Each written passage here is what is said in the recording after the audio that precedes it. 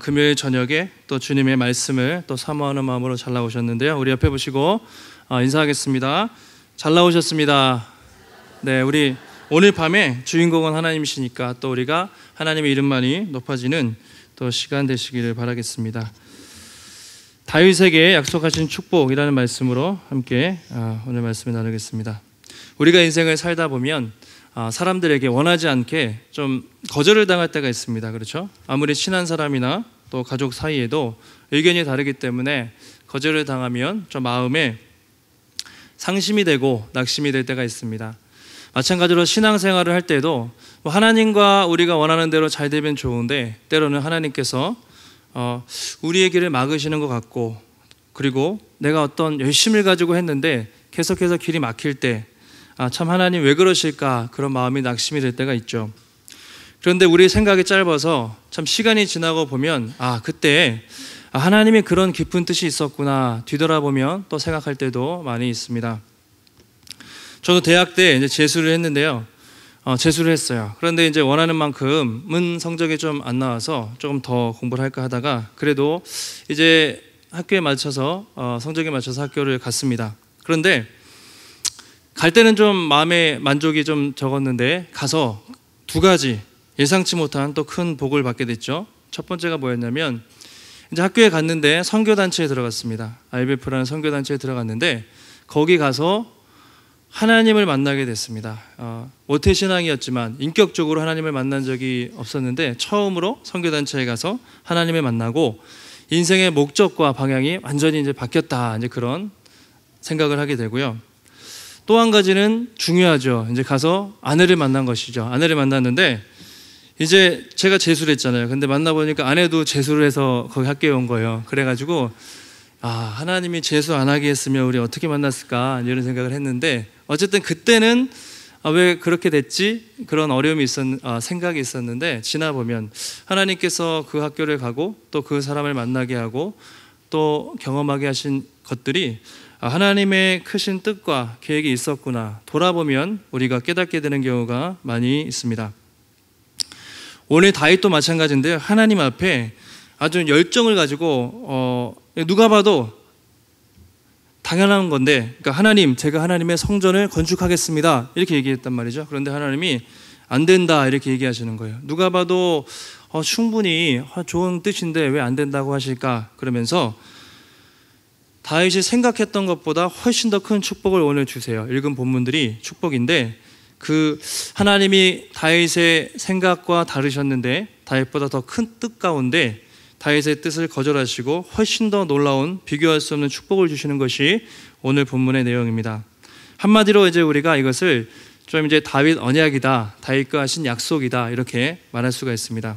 그래서 이 본문이 구약 성경에서 가장 중요한 본문 중에 하나예요. 그래서 어떤 사람은 오늘 읽은 말씀을, 이 다윗 언약을 영국의 대헌장이다, 마그나 카르타다, 아니면 독립선언문이다, 이렇게 할 정도로 아주 중요한 본문으로 그렇게 우리가 여기고 있습니다. 구약 학자였던 윌터 브루그만이라는 학자가 오늘 본문, 우리가 읽은 본문을 이렇게 얘기했어요. 이 다윗 언약, 즉 다윗과의 약속은 사무엘서 전체에서 가장 극적이고 가장 신학적인 중심이다, 심장이다, 이렇게 얘기하면서 이 말씀은 구약 성경에서 복음적인 신앙을 위한 가장 결정적인 본문 중 하나다, 이렇게 얘기했는데 쉽게 말하면 구약 성경뿐만 아니라 복음, 신약 복음과 연결되는 가장 중요한 본문이다, 그렇게 말을 했습니다.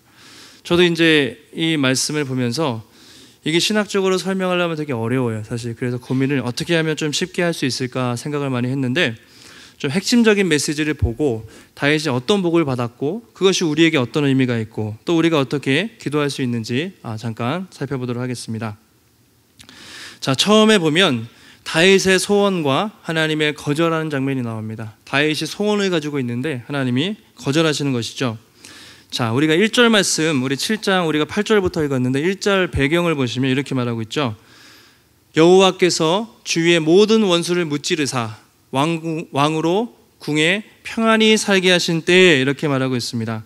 하나님께서 이제 모든 대적들을 다 무찌르게 하시고 다윗이 궁에 평안히 살게 할 때, 바로 그때 일어난 일이 오늘 본문입니다. 그러니까 산전수전을 다 겪었거든요. 수많은 위기들을 다 극복을 하고 이제 좀 왕이 돼서 평안히 살만할 때, 좀 태평성대를 누릴 때 오늘 말씀이 주어진 것이죠. 자, 7장인데 우리가 잠깐 다윗의 일생을 제가 정리해 드리면, 다윗이 처음에 기름 부음을 3번 받았는데, 맨 처음에 언제 받았냐면 약 한 15세쯤 이렇게 학자들은 말하고 있습니다. 지금 한 중고등부 때, 그러니까 되게 어린 나이에 양치는 목동으로 있을 때 사무엘에 의해서 처음으로 기름 부음을 받습니다. 근데 왕이 돼야 되는데 이상하게 왕은커녕 사울에게 미움을 받아서 10년 이상, 약 15년 가까이 그렇게 도피 생활을 하게 되죠. 그러다가 사무엘상 마지막 장을 보시면 사울이 드디어 죽습니다. 다윗을 그렇게 쫓아다니던 사울이 블레셋 전투에서 그렇게 전살합니다. 그러면서 사무엘하가 시작이 되는데, 사무엘하 1장의 내용이 이렇죠. 다윗이 사울과 요나단의 죽음을 보고 되게 슬퍼해요. 이제 그 장면이 이제 1장에 나오고요. 그 다음에 2장에서 드디어 왕으로 등극을 하는데, 이게 30살쯤이에요. 그러니까 15세에 기름 부음 받고 15년 도망 다니다가 30살쯤에 왕이 되는데, 헤브론에서, 그러니까 유다 지파 한 지파만 헤브론에서 왕이 됩니다. 나머지 11지파는 이스보셋이 통치하고 있는 상황이죠.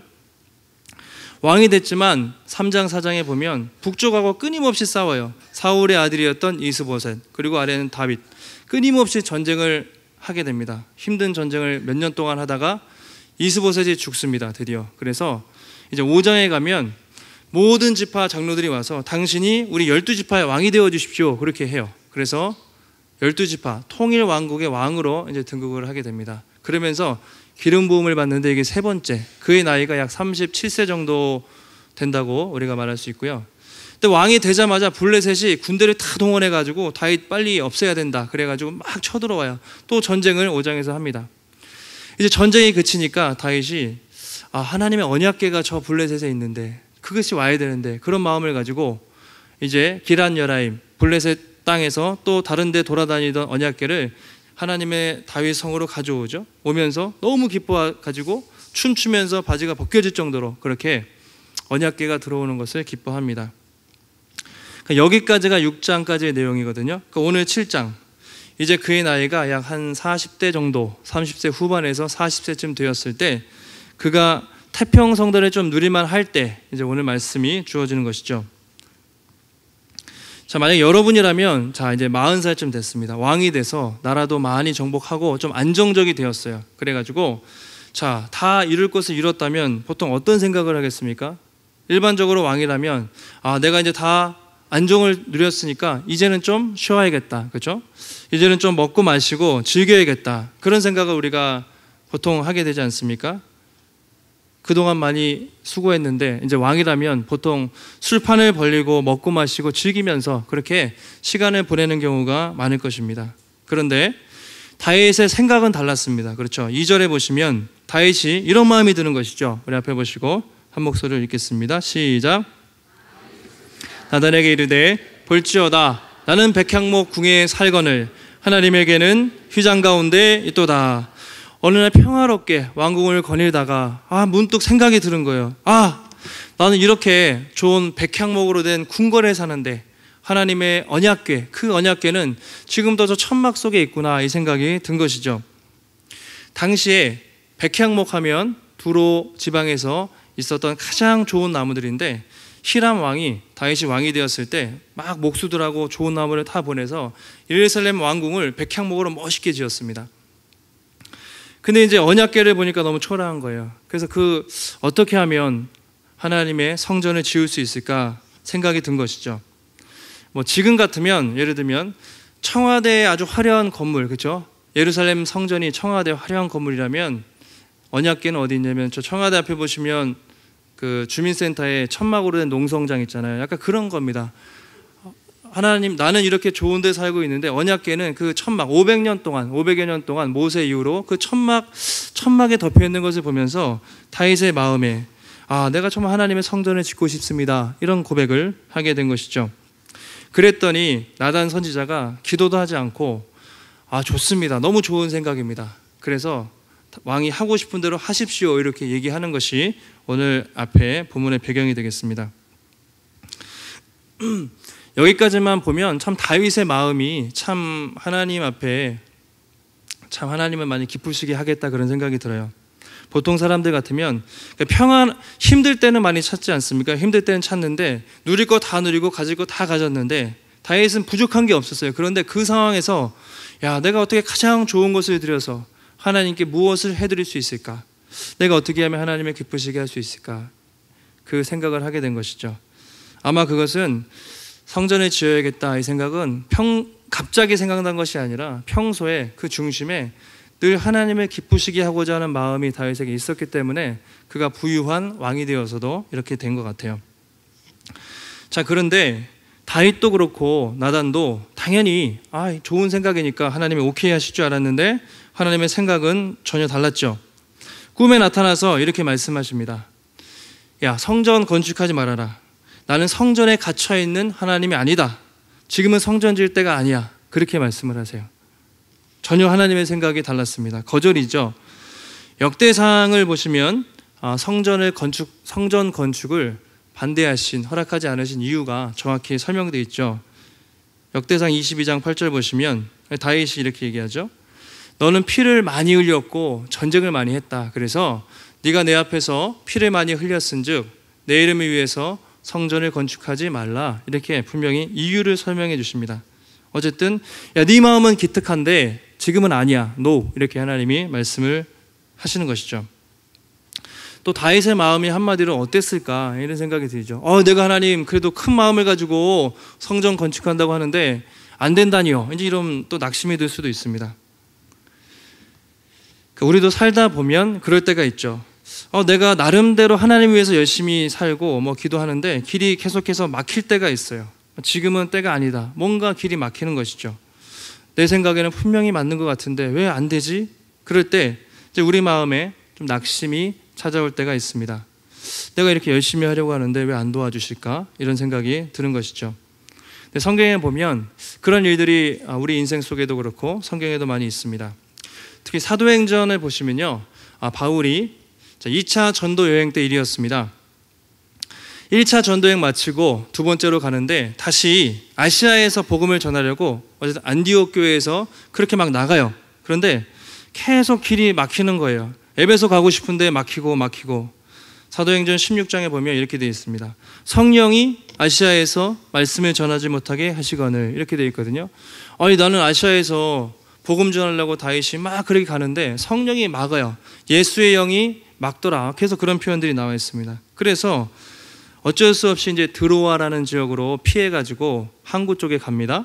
그래서 바다를 바라보면서 하나님 도대체 왜 이렇게 막으십니까? 한탄하면서 잠이 들었어요. 근데 그날 밤 꿈속에서 환상을 보게 되죠. 우리 마케도냐의 환상이다 이렇게 얘기하죠. 16장 9절에 하나님이 이렇게 말씀하십니다. 한번 읽어보겠습니다. 시작. 바울에게 보이니 마게도냐 사람 하나가 서서 그에게 청하여 이르되 마게도냐로 건너와서 우리를 도우라 하거늘. 바울은 딱 깨닫게 된 거죠. 하나님이 아시아에서 막고 어떻게 하다가 드로아라는 쪽으로 항구로 왔는데 그것은 하나님이 마케도냐 지방에 복음을 전하라고 막으신 것이구나 깨닫고 배를 타고 건너가거든요. 마게도냐에 가서 바울은 처음에 생각이 없었는데 하나님 막으셔서 건너갔어요. 가보니까 바로 건너가면 어디냐면 그것이 바로 빌립보 데살로니가 교회입니다. 그러니까 처음에 바울의 생각은 아시아 가서 복음 전하고 싶은데 막혔어요. 근데 하나님의 뜻은 그것이 아니라 데살로니가, 빌립보, 마케도냐에 가서 도우라. 그렇게 해서 처음으로 유럽 지역에 복음이 전파가 됐습니다. 그러니까 원래 아시아 쪽에 많았지만 유럽에는 교회가 없었는데 하나님 막으시고 더 큰 뜻으로 유럽 쪽에 새로운 곳에 복음을 전할 수 있도록 하나님이 그렇게 인도를 하신 것이죠. 또 바울이 나중에 로마에 많이 가고 싶어 했거든요.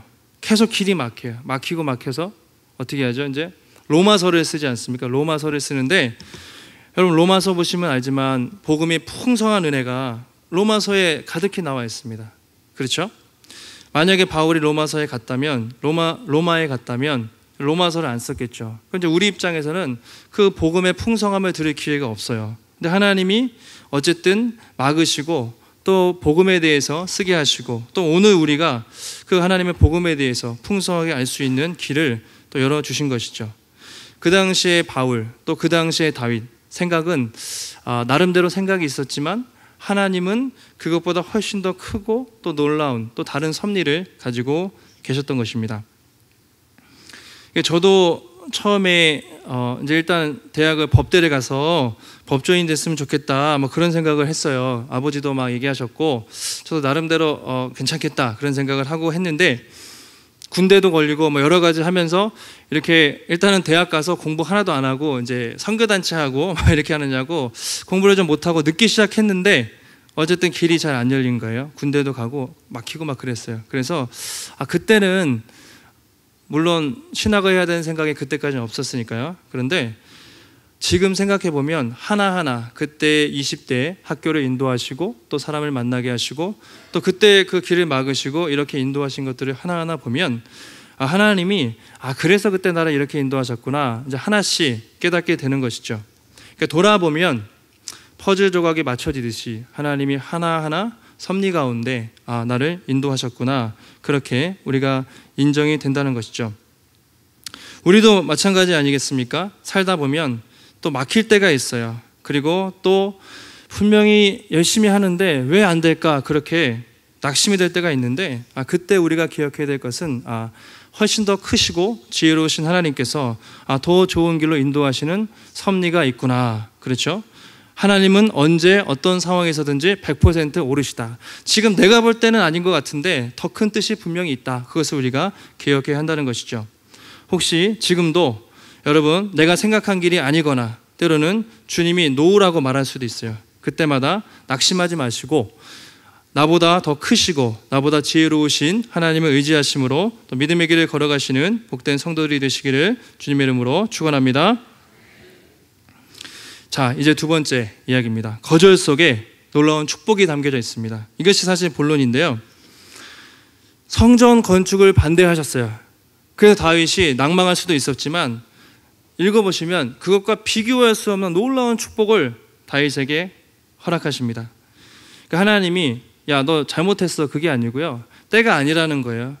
비록 성전 건축은 지금 네 때가 아니지만 네 마음은 고맙다. 하나님이 되게 기뻐하셨습니다. 그러면서 8절 이하를 보시면 나단을 통해서 축복을 주시는데 되게 좀 길어요. 근데 많은 축복을 주세요.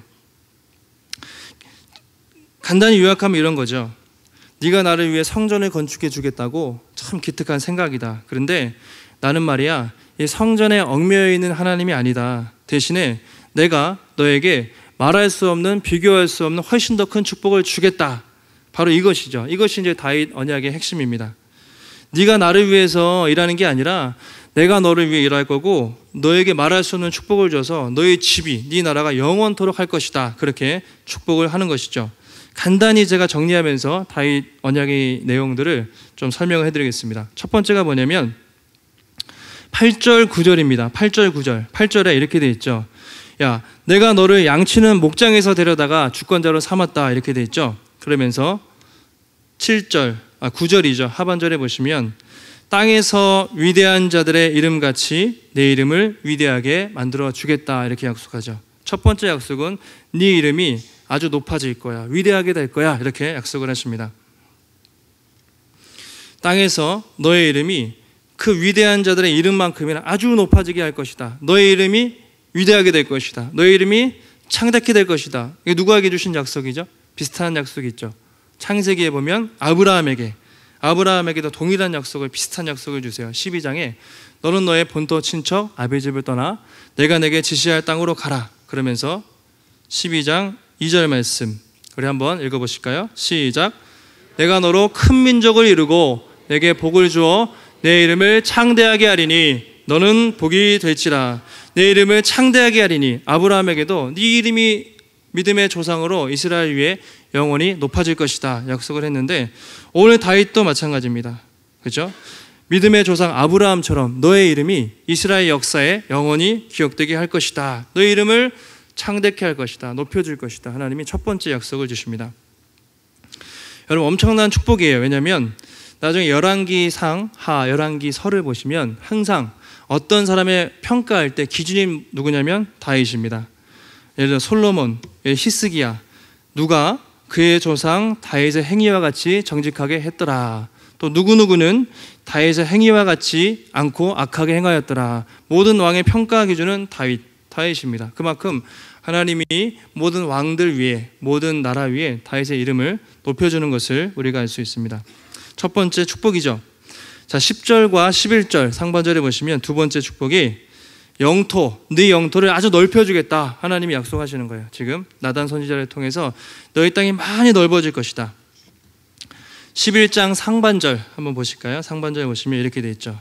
전에 내가 사사에게 명령해서 내 백성 이스라엘을 다스리던 때와 같이 아니하고, 이렇게 얘기하죠. 사사 시대는 한마디로 강력한 리더가 없잖아요. 그래서 힘들다가 부르짖어 기도하면 사사가 나타나서 길어야만 40년 정도입니다. 짧게 평안이 있다가 또 타락해요. 그러면 또 외부의 침입을 받고 또 기도하면 보내주고, 잠시 일시적인 평안이 있었지 그런 강력한 리더십이 없었습니다. 그런데 야, 네 왕국은 말이야, 그게 아니라 이제 더 이상 원수들이 얼씬거리지 못하는 강력한 나라로 세워주겠다. 이제 그렇게 하나님이 약속을 하시는 것이죠. 지금 7장 읽었잖아요. 8장 보시면 다윗이 나라를 정복하기 시작하는데 어떻게 되냐면 이런 표현이 있습니다. 다윗이 어디로 가든지 이기게 하셨더라. 이런 표현이 있어요. 다윗이 어느 나라를 치든지 어느 나라와 전쟁을 하든지 하나님께서 이기게 하셨어요. 완전히 거침없는 승리를 이제 하게 됩니다. 8장부터. 그래서 영토가 아주 넓어지게 돼요. 사진 한번 잠깐 보여주시면, 지금 사진 보시면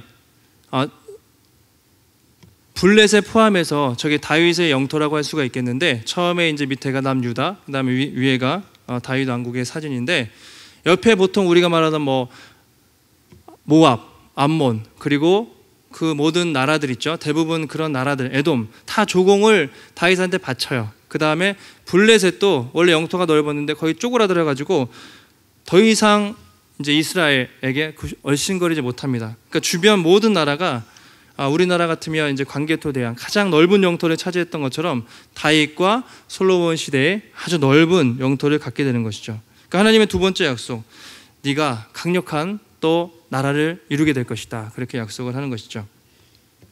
자, 세 번째 약속입니다. 12, 13절인데, 자, 하나님이 계속 복을 주시는 거예요. 나단을 통해서 주시는데 간단히 말씀드리면 이거죠. 자, 12, 13절 중요한데 한번 보시고 읽어볼까요? 시작.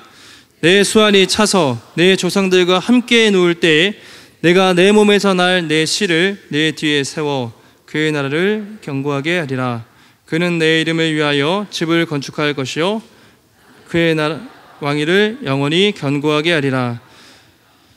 내 수완이 차서 죽으면, 이것은 다윗이 이제부터는 다윗이 죽은 다음에 받을 축복까지 얘기하시는 거거든요.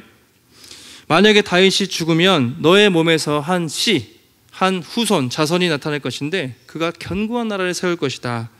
내 몸에서 날 씨라고 돼 있죠. 누굴까요? 다윗의 아들이었던 솔로몬. 그가 성전을 건축할 것이고, 그렇죠? 솔로몬이 성전을 건축하죠. 나는 그의 나라를 영원히 견고하게 할 것이다. 그렇게 말씀을 하세요. 솔로몬 뒤에 또 솔로몬의 아들 르호보암과 여로보암, 또 남과 북이 또 분열되거든요. 그런데 북쪽 이스라엘은 계속 배신하고 또 반역하고 그래서 왕조가 계속 바뀌고 막 사람이 죽고 그러는데, 남쪽 유다는 멸망할 때까지 다윗의 순수혈통으로 다윗의 후손이, 자녀들이 계속해서 그렇게 왕위를 이어가게 됩니다. 이것도 실제로 성취가 된 것이죠. 하나님께서 너의 후손들이 끝까지 왕권을 유지하게 될 것이다. 그리고 솔로몬이 성전을 아름답게 지을 것이다. 그 복을 말씀을 하십니다. 자, 네 번째 복 뭐냐면 14, 15절인데 죄를 용서해 주실 것이다. 이런 거예요. 14절, 15절 성경에 있는 걸 제가 요약해 드리면 그거죠. 내가 그에게, 좀 이제 내용이 어려울 수 있는데 간단히 말씀을 드릴게요. 내가 그에게, 그는 너의 후손, 다윗의 후손을 말하는데, 내가 너의 후손들에게 아버지가 되고 너희 후손들은 내 아들이 될 것이다. 그러면서 네 후손들이 죄를 범하면 사람의 매와 인생 채찍으로 징계할 것이다. 이런 표현이 있습니다. 사람의 매와 인생의 채찍으로 징계할 것이다. 이게 뭐냐면 쉽게 말하면 부모가 자녀를 징계하듯이 징계할 것이다. 이런 표현이거든요. 자, 부모가 자녀를 혼낼 때 어떻게 하죠? 관계를 끊으려고 하는 게 아니라 그를 사랑하기 때문에 혼내는 거잖아요. 사랑의 매. 관계가 끊어지지 않습니다. 징계는 받지만 끊어지지 않아요. 마찬가지로 네 후손들이 잘못하면 내가 반드시 징계하겠지만 완전히 끊어버리지 않을 것이다. 그렇게 사랑의 매를 들겠다. 쉽게 말하면 그렇게 말씀을 하세요. 15절에 사울에게 빼앗았던 것처럼 은총을 빼앗지 않겠다 이렇게 얘기해요. 그러니까 사울은 처음에 하나님이 왕권을 주셨어요. 그런데 불순종해서 하나님이 버리셨습니다. 그런데 다윗 너의 후손들은 잘못을 해도 사울처럼 그렇게 절대로 버리지 않겠다 이런 약속을 하는 거죠. 이게 놀라운 약속입니다. 네가 실패하고 죄를 지어도 혼내겠지만 절대로 끊어버리지 않겠다. 이것이 또 다윗에게 후손에게 주신 약속이죠. 그래서 다윗이 뒤에 밧세바를 범하고 실수를 하잖아요. 하나님이 원래는 치셔야 되는데 용서해 주지 않습니까? 솔로몬이 처음에 잘하지만 나중에 이방 신들을 많이 들여와요. 그죠? 그래서 우상 숭배가 만연하게 되는데 솔로몬 왕국을 끊지 않습니다.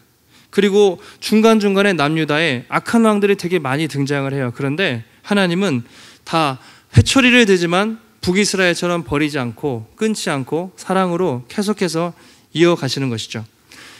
잘못했을 때 혼내겠지만 아버지의 사랑으로 내가 타이르겠다. 부자관계로 대해주겠다. 이것이 이제 하나님이 다윗에게 주신 또 약속이라고 할 수가 있습니다. 자, 마지막 16절 보시면 제일 중요하고 또 제일 결론이 되는 약속이죠. 영원한 왕권을 주세요. 너를 통해서 영원한 왕권을 주겠다 이렇게 말하고 있습니다. 자, 16절 우리 앞에 보시고 한 목소리 읽어보겠습니다. 시작.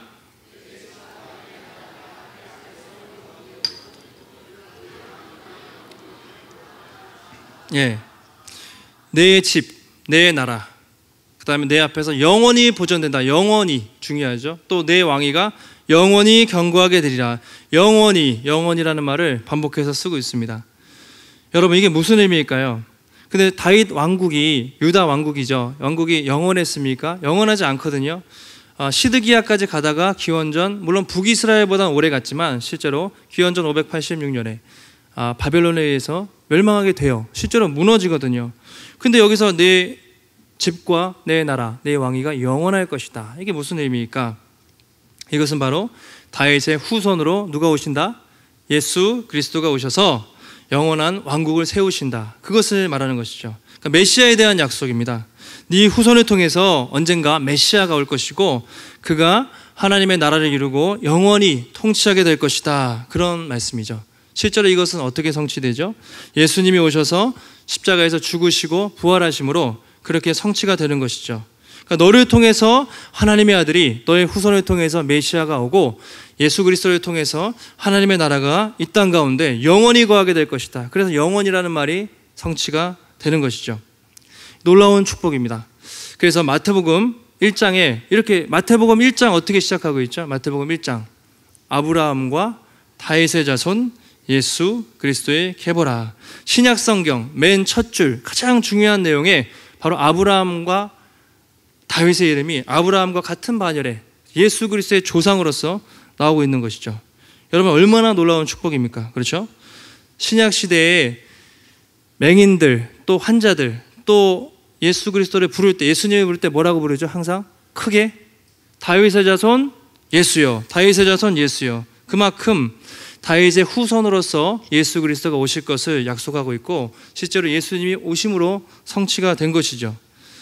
여러분 지금 다윗은 하나님 내가 성전 좀 짓겠습니다 그렇게 약속을 했다가 안 돼.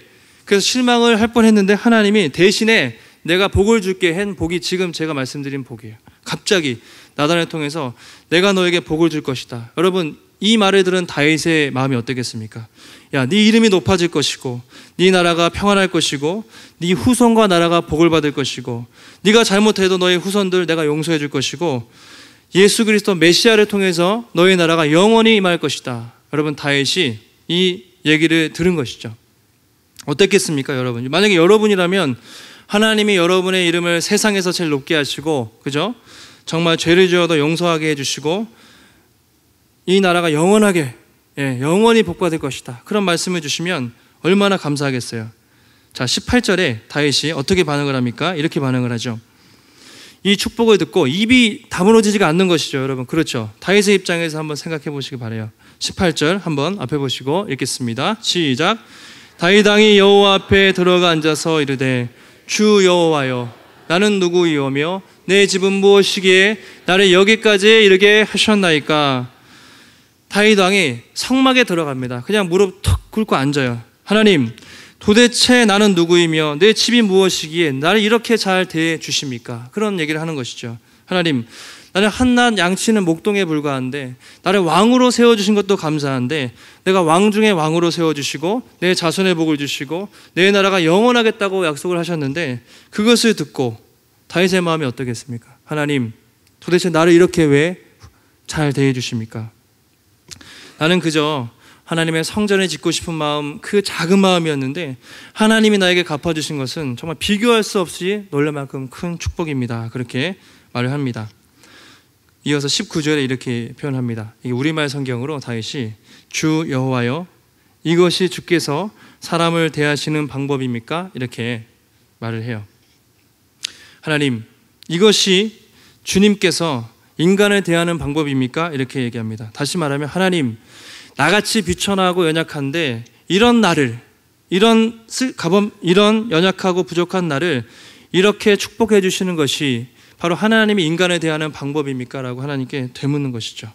도대체 내가 뭐라고 나에게 이런 복을 주시는 것입니까? 털썩 앉아가지고 성막에서 하나님 앞에 그렇게 고백을 하는 것이죠. 분명 여러분 다윗이 이제 좋은 왕이긴 했습니다. 그러나 성경 보시면 사무엘하를 묵상하다 보면 참 하나님 앞에 참 기쁘시게도 많이 했지만 참 하나님의 마음을 많이 아프게도 했던 사람이 다윗이죠. 지금 7장 읽었는데 11장에서 이제 평안을 누리다가 전쟁이 한창 때 전쟁을 나가지 않고 궁궐에 있다가 밧세바를 보고 또 정욕이 발동을 해서 밧세바와 간음하고 또 사람을 죽이죠. 그 다음에 또 여자를 많이 둬서 어려운 일을 다윗이 많이 당합니다. 또 자녀를 양육을 잘 못했어요. 말년에 되게 힘들어요. 또 마지막에 인구조사를 합니다. 교만해서 인구조사했다가 엄청 재앙을 당해요. 그러니까 다윗의 인생을 보면 물론 복받을 일도 많이 했지만 전혀 완벽한 사람이 아니었습니다. 우리와 성정이 비슷한 사람이죠. 실수도 많고 정말 허물 많고 자기가 보기에도 정말 부족한 것이 너무 많은 사람이었어요. 그런데 주님, 나 같은 사람을 이렇게 대하시는 것이 하나님의 방법입니까? 사람이 무엇이간데, 인자가 무엇이간데 나를 이렇게 대하십니까? 그것이 오늘 다윗의 고백인 것이죠. 자, 사도 바울도 우리가 신약 성경에 보면 하나님을 위해서 크게 쓰임 받았던 바울도 비슷한 고백을 합니다. 처음에 이렇게 얘기하죠. 고린도전서 15장에 나는 사도 중에 가장 작은 자라. 왜냐하면 교회를 너무 박해했잖아요. 처음에 예수 믿는 사람들 그렇게 죽였어요. 우리보다 훨씬 나쁜 사람이었어요. 그래서 감히 사도가 될 자격도 없었는데, 그렇죠? 그러나 이제 하나님의 은혜로 된 것이죠. 자, 그러나부터 한번 우리 한 목소리 읽어보겠습니다. 시작. 그러나 내가 나된 것은 하나님의 은혜로 된 것이니 내게 주신 그의 은혜가 헛되지 아니하여 내가 모든 사도보다 더 많이 수고하였으나 내가 한 것이 아니요 오직 나와 함께 하신 하나님의 은혜로라. 디모데에게도 비슷한 말을 해요. 내가 전에는 하나님을 비방하고 박해하고 폭행했던 사람인데 긍휼이 풍성하신 그의 은혜로 나를 사도로 삼으시고 또 복음을 전하게 하셨다. 그것은 순전하게 하나님의 은혜라. 그렇게 말하고 있습니다. 오늘도 내가 나된 것도 은혜고 내게 주신 은혜가 헛되지 않아서 내가 그렇게 수고했지만 그것조차도 하나님의 은혜라.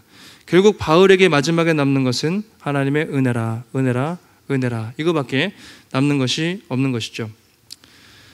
사랑하는 성도 여러분, 이 땅에 그 어떤 사람도 정말 완벽하게 살아도 자기 공로로 하나님 앞에 설 사람이 없습니다. 아무리 그 사람이 열심히 있고 다윗처럼 하나님을 향한 마음이 있어도 하나님 만족시킬 수가 없어요. 인간은. 처음에 저도 다윗이 이 정도 복받을 일을 하지 않았나? 그렇게 생각하면서 성경을 읽었는데 성경을 보다가 보면 다윗도 우리와 성정이 비슷한 사람이구나. 우리처럼 아파하고 우리처럼 실수하고 우리처럼 넘어지고 또 정욕에 눈이 어둡고 또 그렇게 부족한 점이 참 많이 있구나. 그 생각을 해요. 아브라함도 그랬고요. 모세도 그렇고요. 다윗도 그렇고 바울도 다 그 사람들이 뛰어나기 때문에 열정이 있기 때문에 위인이기 때문에 쓰임만한 가치가 자격이 있기 때문에 그런 것이 아니라 알고 보면 전적으로 하나님의 은혜로 그들을 택해서 또 하나님이 그들을 사용하셨다는 것을 우리가 성경을 통해 알 수가 있습니다. 저도 제 자신을 한번 돌아봤습니다. 나 같은 사람을 왜 구원하시다니, 그리고 어떻게 나 같은 사람을 목사로 세워서 또 하나님의 말씀을 전하게 하실까, 그런 생각이 정말 많이 들었습니다. 저랑 다윗의 공통점이 있습니다. 다른 건 아니고 둘 다 시골 출신, 다윗은 시골 목동 출신, 저는 강원도 산골 출신이에요. 강원도에서 저 농사 짓고 어릴 때 아버지 도와서 뭐 소도 키우고 염소도 키우고 많이 키웠었는데, 그렇게 사실은 내세울 것도 없는데 내가 뭐라고 하나님이 구원해 주시고 또 하나님의 말씀을 전하는 교역자로, 목사로 나를 사용하실까? 이것이 하나님이 사람을 대하시는 방식입니까? 그 다윗의 고백이 떠오르는 것이죠. 만약에 내가 죄 지은 대로 심판을 받았으면, 내가 행한 대로 하나님이 갚으셨으면 살아남지 못했을 텐데, 내가 예수를 믿은 후에도 또 교역자가 목사가 된 후에도 참 죄 때문에 넘어질 때가 많습니다. 그런 나를 살려두시고 계속해서 사역을 감당하게 하시니 하나님, 이것이 하나님이 사람을 대하시는 방식이십니까? 어떤 은혜이십니까? 그런 생각이 듭니다. 성도 여러분, 한번 여러분은 어떤 은혜를 받으셨습니까? 그리고 그 은혜에 대한 감사의 고백이 있습니까? 사람이 무엇이간데 주께서 나를 생각하시며 인자가 무엇이간데 나를 돌보시나이까? 그 고백이 우리에게 있습니까? 혹시 저는 남들 앞에 내세울 것도 없고 또 좋은 학벌, 좋은 직장, 좋은 집도 없고 평범한데 받은 게 없어, 혹시 그런 생각 드시는 분 있습니까? 그렇지 않습니다. 여러분, 다윗이 그 받은 축복이 엄청나다고 말씀드렸죠. 그런데 우리가 받은 복이 훨씬 더 큽니다. 왜냐하면 다윗은 예수님을 몰랐어요. 예수님을 모르고 예수님을 인격적으로 만나지 못하고 예수님을 들어본 적도 없습니다. 그런데 우리는 예수 그리스도를 알아요. 그리고 예수님을 만났고 예수를 믿음으로 구원을 받았고 우리 마음에 예수 그리스도가 계시고 예수 그리스도와 연합할 수 있고 또 하나님을 아버지라 부를 수 있는 것, 이 신약 시대, 이것은 다윗을 통해 주어진 축복인데 다윗보다 훨씬 더 큰 축복을 우리가 받은 것입니다. 그래서 우리는 하나님 앞에 모든 것이 하나님의 은혜입니다. 모든 것이 하나님의 사랑 때문입니다. 그것밖에 없습니다. 그것밖에 우리가 할 고백이 없는 것이죠. 오늘 이 밤에 다시 한번 하나님의 은혜, 또 나를 사랑하시고 나를 세우시고 나를 인도하신 하나님의 은혜에 대한 감사와 기쁨의 고백이 넘치는 복된 시간이 되시기를 주님의 이름으로 축원합니다.